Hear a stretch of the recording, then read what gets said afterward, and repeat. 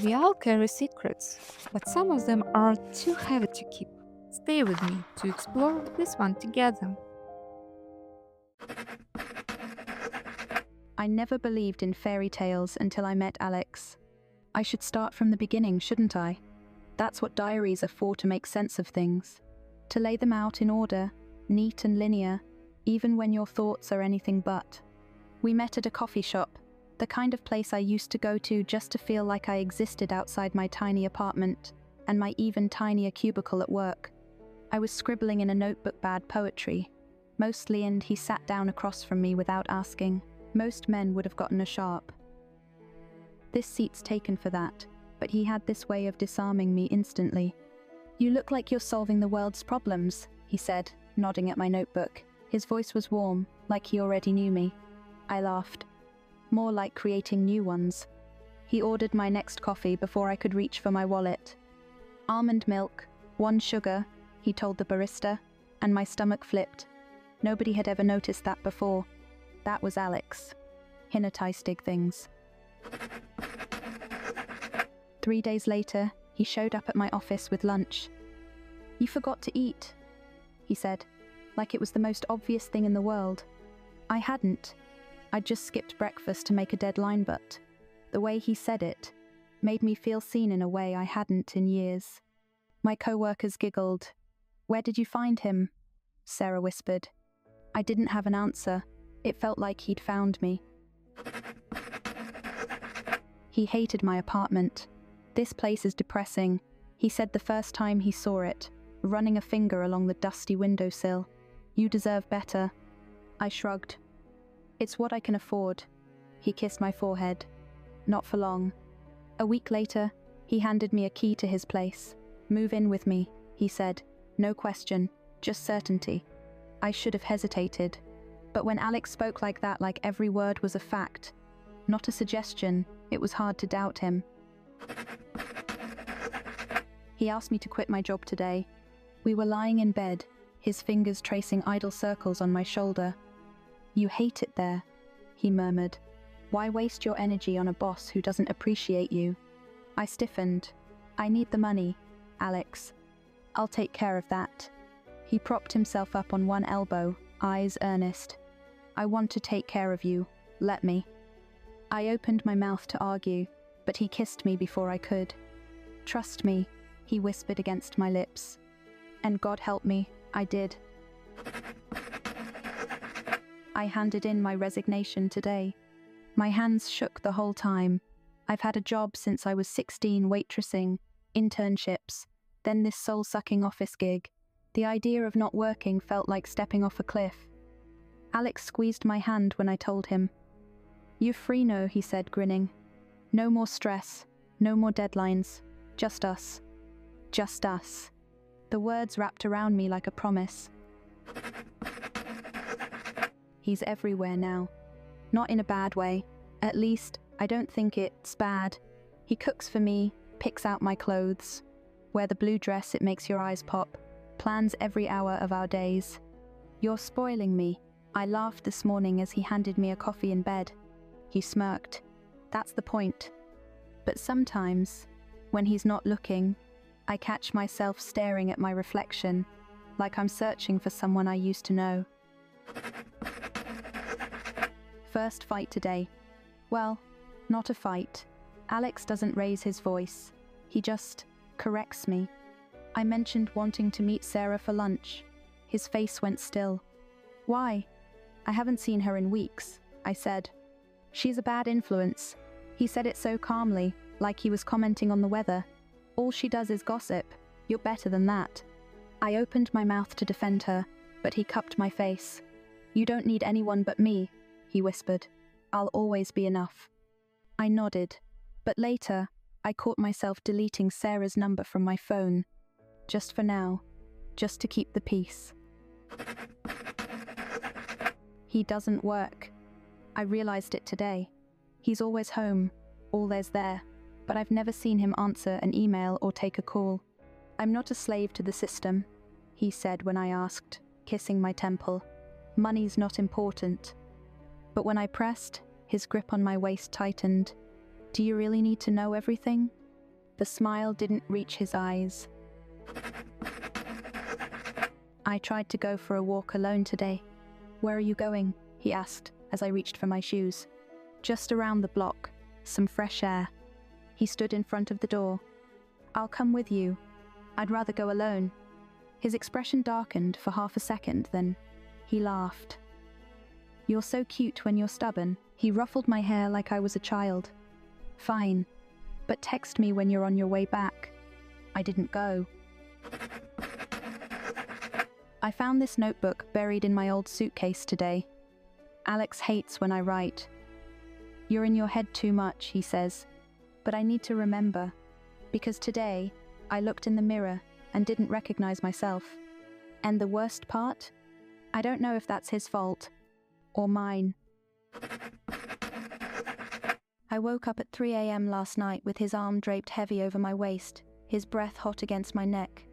For the first time since I moved in, I felt trapped, like the walls were pressing in. I slipped out of bed and tiptoed to the living room, just to breathe. My phone was on the coffee table dead, because Alex insists I don't need to be glued to it. I plugged it in, watching the screen flicker to life. 3 missed calls from Sarah. A text, "Hey, are you alive? I'm getting worried." My chest ached. I hadn't even realized how long it had been since I'd replied to her. A floorboard creaked behind me. "What are you doing up?" Alex's voice was soft, but it made me jump. He stood in the doorway, silhouetted by the dim hallway light. "Couldn't sleep," I said, quickly locking my phone. His eyes flicked to the screen. "Who were you talking to?" "No one, just checking the time." He didn't move for a long moment. Then he smiled, that slow, knowing smile that used to make me melt. Now it made my skin prickle. "Come back to bed," he said, holding out his hand. "You don't need distractions." I took his hand, but for the first time, his touch felt like a leash. Alex made breakfast this morning. Scrambled eggs, toast cut into perfect triangles, just the way I like it. He kissed my forehead as he set the plate in front of me. "Eat up, you've been looking tired." I forced a smile. "Thanks." He sat across from me, watching as I took the first bite. "You're quiet today." "Just thinking." "About what?" I hesitated. Maybe I should start looking for a part-time job, just to get out of the house a little. His fork clinked against his plate. "Why?" "I miss people. You have me." "I know, but..." "But what?" His voice was still calm, but his knuckles whitened around his coffee cup. "You're bored, is that it?" "No, I just..." He cut me off with a laugh. "God, you're so sensitive, I'm joking." He reached across the table to squeeze my hand. "You don't need a job, baby. I take care of you, don't I?" I nodded, but the eggs tasted like ash in my mouth. I tried to call my mum today. Alex was out, he didn't say where, and I didn't ask. The second the door closed behind him, I dug out my old address book and dialed her number. It rang twice before I panicked and hung up. What would I even say? "Hey Mum, I think my perfect boyfriend might be cutting me off from the world, but I'm not sure because he also brings me coffee in bed every morning." I stared at the phone, my pulse thudding in my ears. Then I called Sarah. She picked up on the first ring. Oh my God, finally, I was about to file a missing persons report. I laughed, but it came out shaky. "Sorry, I've been busy." "Busy with what? You don't even work anymore." I opened my mouth, but the front door slammed. My stomach dropped. "I have to go," I whispered. "Wait, are you?" I hung up just as Alex walked into the kitchen. He was holding a bouquet of sunflowers, my favorite. "Who were you talking to?" "No one." The lie came too easily. He set the flowers down and pulled me into a hug. "You're acting weird today." "Just tired." He kissed the top of my head. "Then let's take a nap, together." I let him lead me to the bedroom, but as I curled up beside him, his arm heavy across my ribs, all I could think was, when did together start feeling like a prison? Alex found my diary. I came out of the shower to see him sitting on the bed, flipping through the pages. My heart stopped. "What are you doing?" My voice came out shrill. He didn't look up. Just curious what my girlfriend writes about when she's thinking. I snatched it from him. That's private. He leaned back on his elbows, grinning. Ooh, secrets. Now I'm re-interested. It's not secrets. It's just. Just what? His smile faded. You don't trust me? That's not. Then why hide it? He stood, crowding me against the dresser. Unless you're writing things you don't want me to see. I swallowed. It's just stupid thoughts. Random stuff. He studied my face for a long moment. Then he sighed, cupping my cheek. Baby, you know you can tell me anything, right? You don't need to scribble in a notebook like some angsty teenager. I nodded.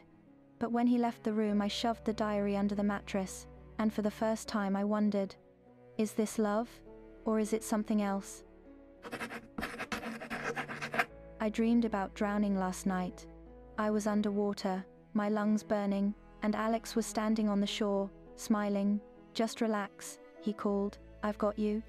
I woke up gasping. He stirred beside me. You okay? Yeah, I whispered. Just a bad dream. He pulled me closer.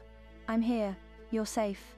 I closed my eyes, but all I could think was, safe from what? Alex took my debit card today. You don't need it, he said, slipping it into his wallet, like it was nothing. I buy everything anyway. I stared at him. That's my money, from my old account. He laughed, kissing my forehead like I'd said something adorable. Ours, you mean? And you're terrible with finances, babe. Remember how you overdrafted last year? My face burned. I'd mentioned that in passing months ago, a stupid mistake when I was 23. Now he wielded it like proof I was incompetent. Just ask when you need something, he said, heading to the kitchen. I'll always take care of you. I stood there, empty-handed, wondering when I'd become someone who needed permission to buy a coffee. I tried to see Sarah today. Alex was supposed to be at the gym. I put on my shoes, heart pounding like I was planning a heist. The second I touched the doorknob, his voice came from behind me. Where are you going? I whirled around. He leaned against the hallway wall, arms crossed. He hadn't gone to the gym at all. Just out, I stammered. Out where? Sarah's, I thought. Oh, Sarah, he rolled his eyes. That drama queen who slept with her best friend's boyfriend. You really want to be around that? I froze. What? She never. She'll lie to you about it. He stepped closer, tucking my hair behind my ear. I just don't want her using you. You're too kind for your own good. I never made it to the door.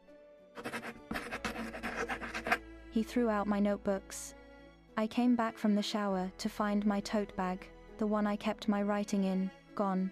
Alex was scrubbing a coffee stain from the counter, whistling. Where's my bag? My voice came out shrill. That ratty thing? Tossed it. Full of junk. He didn't look up. You're welcome.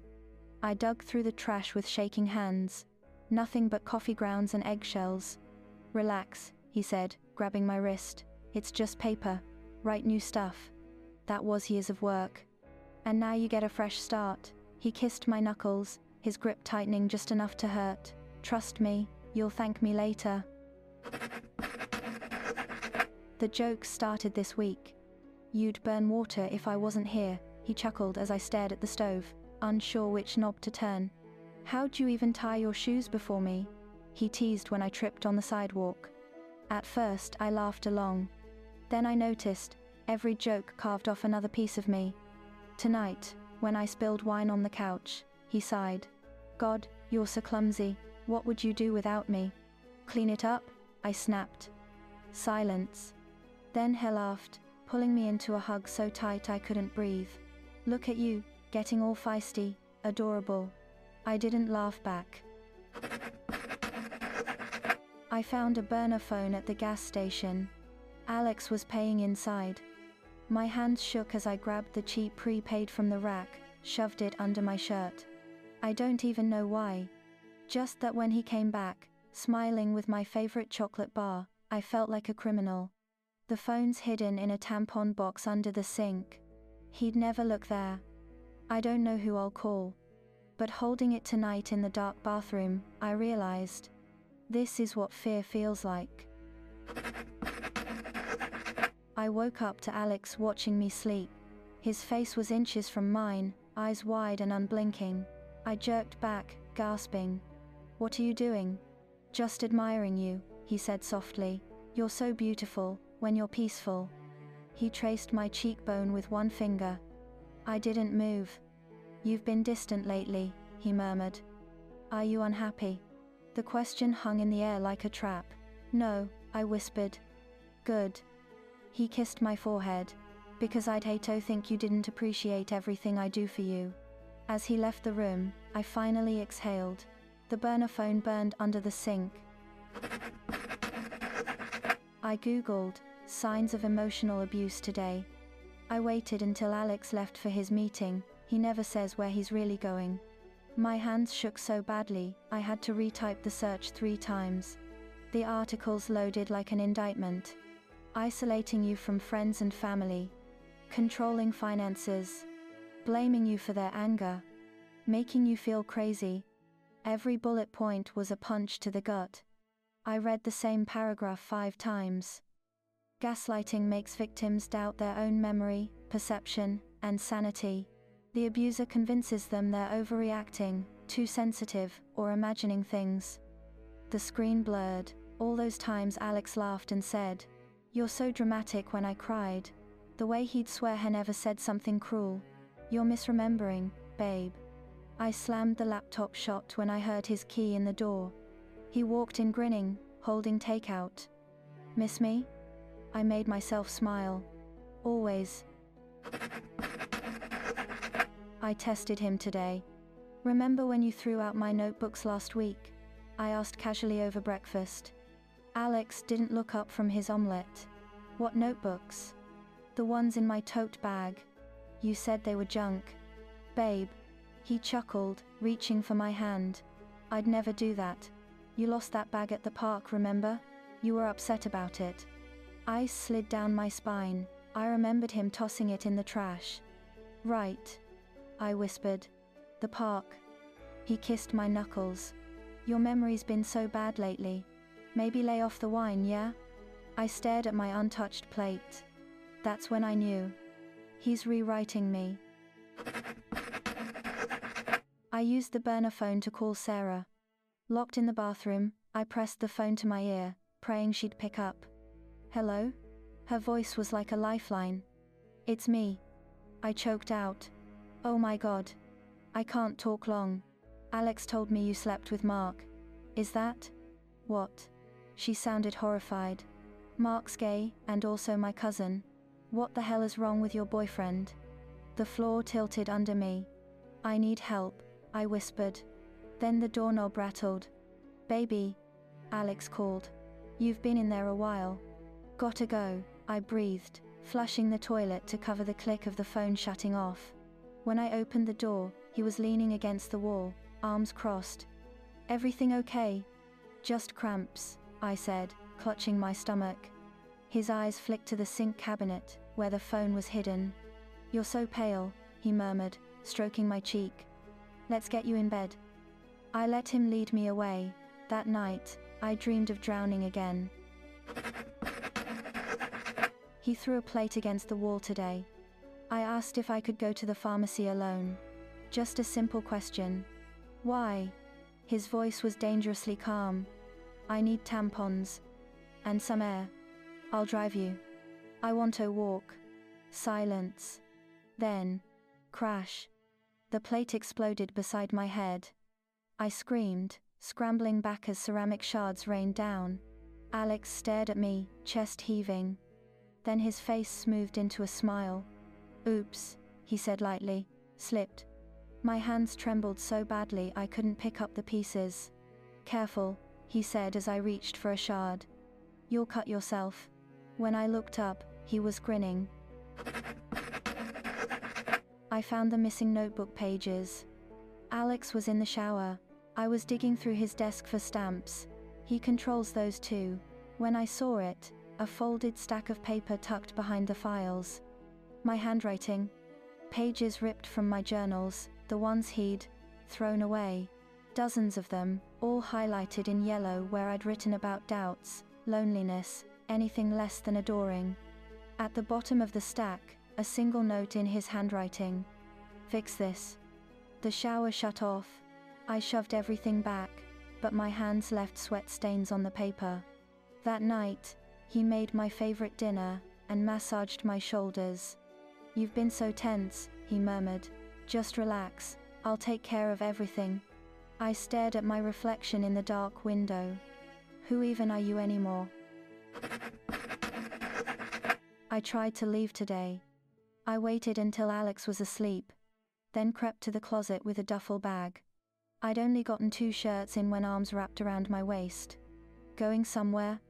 His breath was hot in my ear. I froze. Just organizing. He spun me around. His eyes were bright, like he'd been waiting for this. You'd really leave after everything I've done for you? He cupped my face, thumbs pressing into my jaw. After I saved you. Saved me from what? I finally screamed it. He looked delighted. From yourself, he whispered. Then he kissed me so hard my lips split. When he pulled away, he licked the blood off his mouth. Now put your things back, he said sweetly, before I get re-upset. I did. But as I folded the shirts, I realized the notebook pages weren't a discovery. They were a blueprint. I found my old phone. Alex was out for a run, a lie, he never runs. I tore through his nightstand drawer, looking for stamps again, and there it was, my iPhone, the one I lost 2 months ago, buried under his socks. It still had 12% battery. The screen lit up with notifications, 47 missed calls from Sarah, my mum, even my old boss. Texts pleading, please just tell me you're alive. But the worst part? The notice app was open.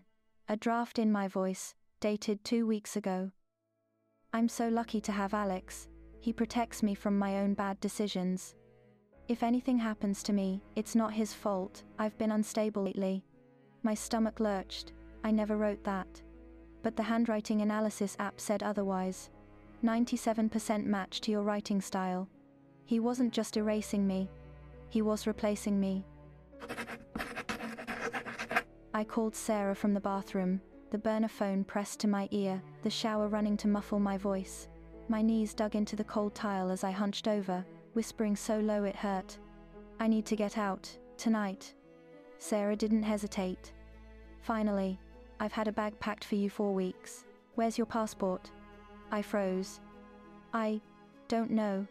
A sharp inhale on the other end. Uriel, that's not normal, right? The truth coiled around my ribs. He's been preparing for this longer than I have. Meet me at the 24-hour laundromat on 5th, she said. Midnight. Leave your phone. Don't take anything he'd notice missing. Okay. I breathed. And do not let him suspect. The shower cut off. I flushed the toilet, shoved the phone back into the tampon box. When I opened the door, Alex was leaning against the hallway wall, arms crossed. Who were you talking to? Myself. The lie tasted like bile. Practicing a poem. He stepped closer, dripping onto the tiles. Let's hear it. My pulse roared in my ears. It's not ready. For a heartbeat, his eyes flicked to the sink cabinet. Then he smiled, tucking a wet strand of hair behind my ear. Can't wait. Midnight.